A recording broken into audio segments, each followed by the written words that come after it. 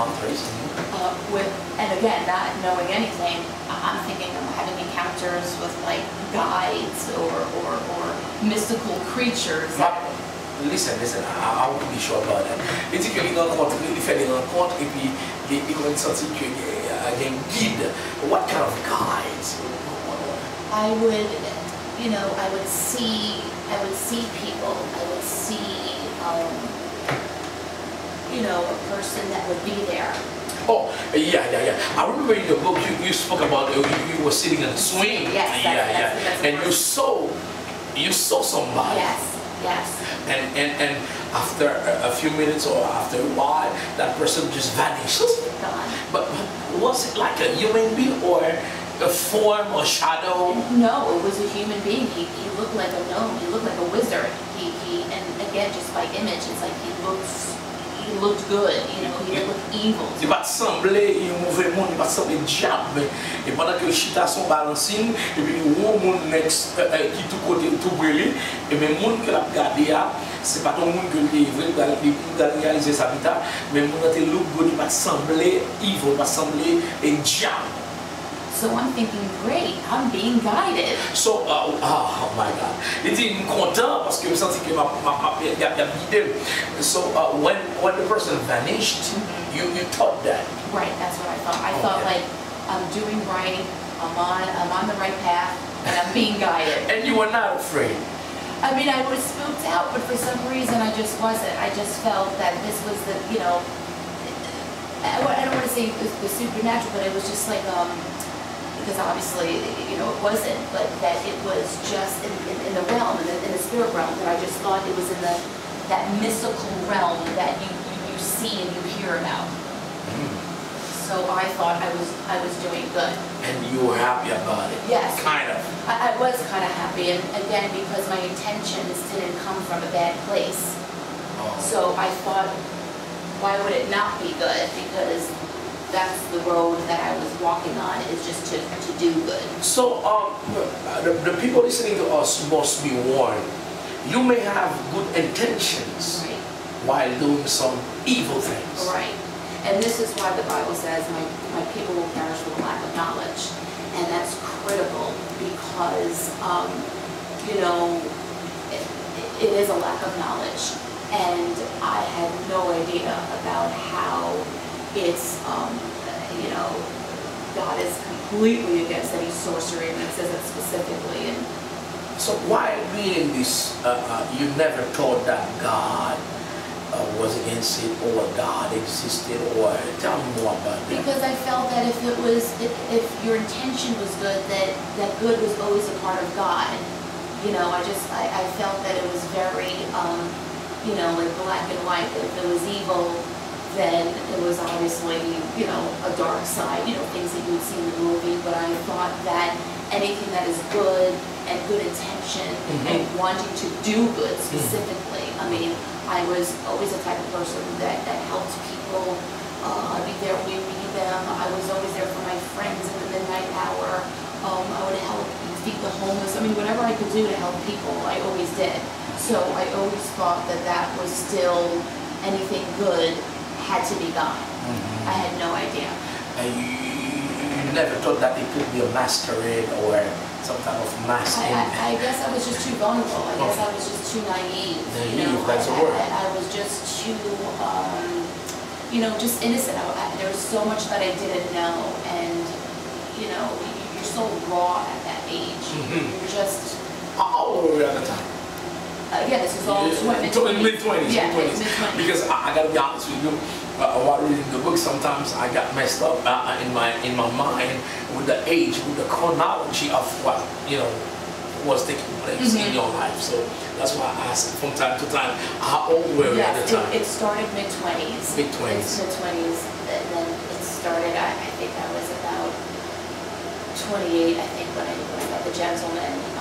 And as soon as I got involved in a relationship, I mean, things just got worse and worse. I was just, the rabbit hole, I was getting deeper and deeper in the rabbit hole. So that meeting was, you talking about Mr. D or? That's Mr. J. Mr. J, all right. Yeah, at least sometimes like. Everybody has a letter. So that was Mr. J. That was Mr. J. The Spanish speaking. No. That's not the one. That's not the one. Okay. No. Tell us. No, he's a Jamaican man. Oh, that's okay. Oh, yeah. okay. Yeah. The drug kingpin. Right. And it was, but you know, it's so difficult. It's very difficile. It's because I knew him. I didn't realize that I knew him from way back when in our junior high school. Depuis la junior high school. And you know, it's you know, everybody wants love, and Tout le monde besoin d'amour. And the problem is when you're desperate. L'autre désespéré pour le moment c'est. It could be good or it could be bad. Les cas bon, les cas mauvais. When you're desperate, you'll do anything. L'autre désespéré au café n'importe qui bagaille. And very charming, very intelligent, you know. Bel garçon, vraiment intelligent.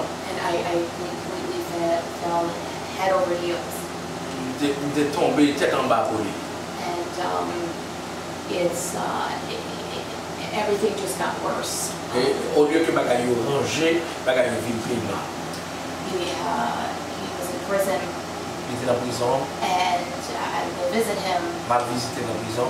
And it just, you know, you find yourself in places that you thought you would never be. Et vous tombez dans ces deux places. Et quand vous pas de gens penser que vous avez tombé là-dedans. I remember vividly in that section where you say you never thought that you would be in this position. Right. You've heard people in this position, but you would never, when you get a phone call, something like that. Right. When they called you, when he called you to let you know that I'm in jail or something. Right. You didn't think it would happen. I mean, you know the person's lifestyle. You never think that things happen to you. And that's what they say, don't judge, because you never know where you're going to be. But I also didn't want to judge him or the situation. I was young and stupid, so who am I to say that he wasn't? Des jeunes stupides, mais lui-même n'est pas comme ça. So as time went on, he cut the relationship, and basically once he was free, there was no need for me. And it was very difficult because sometimes you only know the unhealthy relationship. You only know them, you know, in a certain scenario. Des fois, on est maintenant c'est le scénario bien déterminé. And he did many things to me. I mean, just a lot of black magic, a lot of phobia. Il fait un peu magie noire, un peu phobia. And that's everything. Against you or just make you involved in it? You know, I think it was a little bit of everything. Okay. You know, it's one of those things, maybe if I can have, you know, I mean, it was just, you know, that he wanted to rule, he wanted to, you know. So be in charge. To be in charge, absolutely be in charge, to take over, to have control over every single thing. And, you know, that's why sometimes you're pushing in life, you're going, and you feel no matter how hard you work, you're not going anywhere, so something is wrong. Tout sont faits, mais on n'est pas jamais capable de marcher. C'est comme si il combat qui pas correct. And I just didn't feel good. I mean, the dreams were getting worse. I was getting visitations during the night. I would feel things touch me. Bah, il vient plus mal. Ma recevoir visite dans nuit. Ma senti qu'il y a une qui touchait et qui touché, m'a dormi. My life was really spinning out of control. La vie m'a viré tête en bas. Let me ask you this question. I mean, because unfortunately I'm running out of time because, you know, I didn't think about the translation part that could take some time out of, you know, our conversation. But when you had those visitations at night, having sex in dreams, when you woke up, how did you feel? Do you feel more powerful or something? No, I felt just the opposite. Okay. I felt Weak? so drained. I had no energy. I mean, I couldn't move. Like every muscle in my body was just aching. I felt so vandalized. I felt so violated. Everything was just such a disruption. I had, you know, I wasn't in control. I wasn't me. I was a puppet. I was just a puppet. But from experience, from your experience, do you believe that when you have those sexual encounters in your dreams, does that affect your sexual life in reality? Well, witchcraft in itself already opens up that door. You know, you could have lust and perversion in your family line, and you know, we're inundated by sex all the time. So already, I had a high appetite for that. And with drugs, you know, just enhancing everything, it was already open. And the things that was difficult is that when the dreams came in when I say good form, meaning that when it felt good or it didn't feel demonic, it was very hard to say no, because you know, the sex of the spirit, it's more intense. So it did, you know, it made you crave for more in one sense. You know, your hunger, all the demonic spirits, the perversion, everything was just getting stronger and intensifying. And sometimes, I don't know if I'm wrong, it's like a combination. Absolutely. Of different, you know, directional curse, the perversion spirit, the demonic, you know, it's like all. It was all wrapped up perfectly on their end. Because one was, they're all bouncing off of each other, they're all feeding off of each other, you know, strengthening.